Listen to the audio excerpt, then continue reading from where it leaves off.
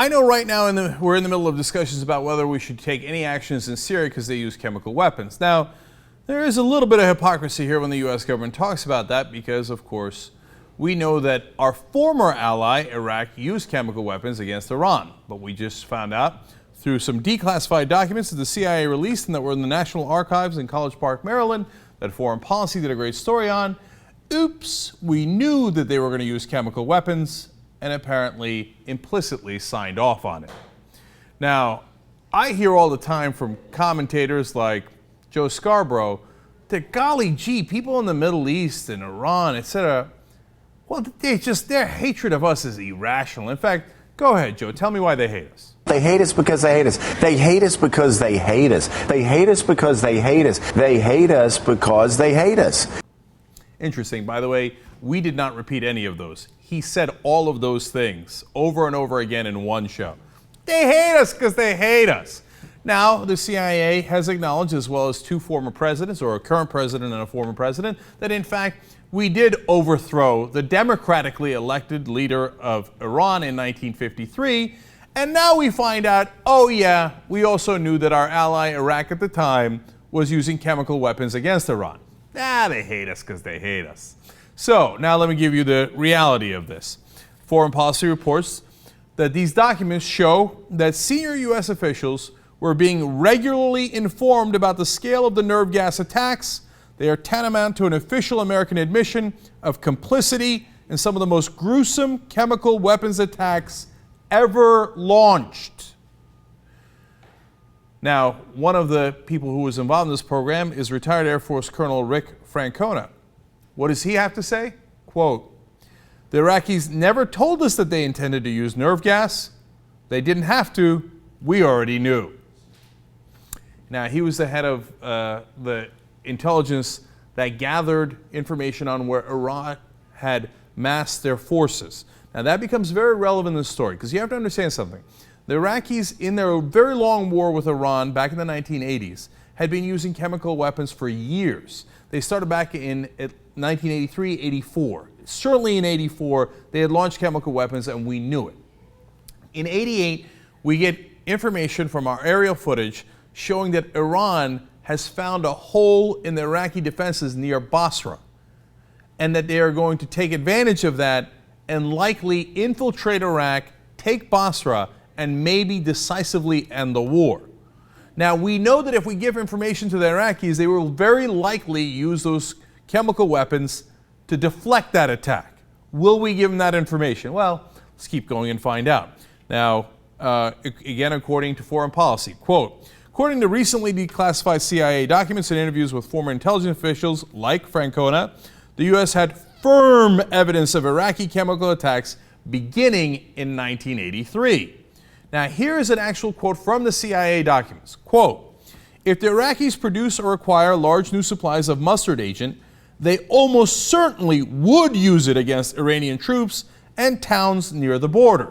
So now Basra, of course, is in the situation that we're talking about here, where it's near the border. Iran has got their troops, they've moved them into place, and it looks like they're going to attack and be successful unless we tip off the Iraqis. Now, again, Foreign Policy explains. In the documents, the CIA said that Iran might not discover persuasive evidence of the weapon's use, even though the agency possessed it. So that's really interesting on two fronts. They're saying, we know the Iraqis use it, we're certain of it, but the Iranians don't necessarily have enough evidence. So this is one of the reasons stated for letting the Iraqis keep using chemical weapons. Because they're like, even though we know they're using it, Iran might never be able to prove it and bring it back to us, so it's okay. And then here was the second reason they had for letting the Iraqis continue to use chemical weapons. Quote, "Also, the agency noted that the Soviet Union had previously used chemical agents in Afghanistan and suffered few repercussions." In other words, hey, the Russians did it and they got away with it. So if our proxy, in this case Iraq, used it against Iran, well, sad day. Now remember, we just told you that they were using the chemical weapons and we knew it since 83, 84. Now the Basra attack is going to happen in early 1988. This goes all the way up to Ronald Reagan. Now his head of the CIA clearly knows about it. It's in the documents, right? But the decision goes up to Reagan. And they explained to him, look, it looks like Iran, if we don't tip off the Iraqis, are going to go through this hole in the defense and they could win the war. Now, we could do other things, but there are repercussions. Reagan writes in the notes of the memo, quote, an Iranian victory is unacceptable. Well, that would be about as clear as you can possibly imagine. Other things might be acceptable, but an Iranian victory is not acceptable. They hate us because they hate us. Guess what we did? We let the Iraqis know where the Iranian troops were. Guess what they did? They used sarin gas on them. One last quote. Officials were also warned that Iran might launch retaliatory attacks against U.S. interests in the Middle East, including terrorist strikes, if it believed the United States was complicit in Iraq's chemical warfare campaign. Well, it turns out we pretty much were. They pretty much knew. And we've had an enormous problem with Iran for decades after that, just like they thought we might. Well, we overthrew the democratically elected leader in a coup, and then we had Iraq launch sarin gas on them to make sure they did not win a devastating war that cost them untold number of lives. But they probably hate us just because they hate us. Wake up to the reality of what we've done. Look, you know, I'm a patriot, and I know that people get bothered by that. You know, when I talk about it, sometimes they accuse me of jingoism. I believe in the ideal of America. I believe in the idea of America. And I think that we can live up to those ideals. But oftentimes, we obviously have not. And it doesn't help the situation to bury your head in the sand and to say, anybody who admits that stuff is anti-American. No, we're pro-American. We're trying to get us to do better. And by the way, wouldn't it be nice if we didn't antagonize a country so much that they attacked us for decades on end, that we pushed them from a democracy to, by the way, being run by ayatollahs? Nice job, CIA, well played. And then terrorist strikes for decades because we sanctioned Iran using Iraq gas on them. Does that seem to help American interests?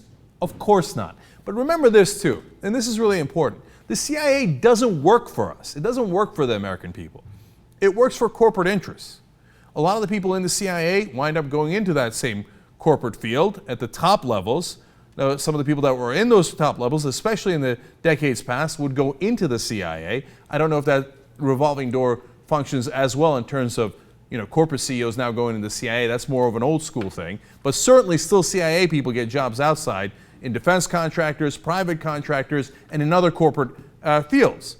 And so in Latin America, we want to overthrow a country because a banana company here in the US didn't like their policies on bananas.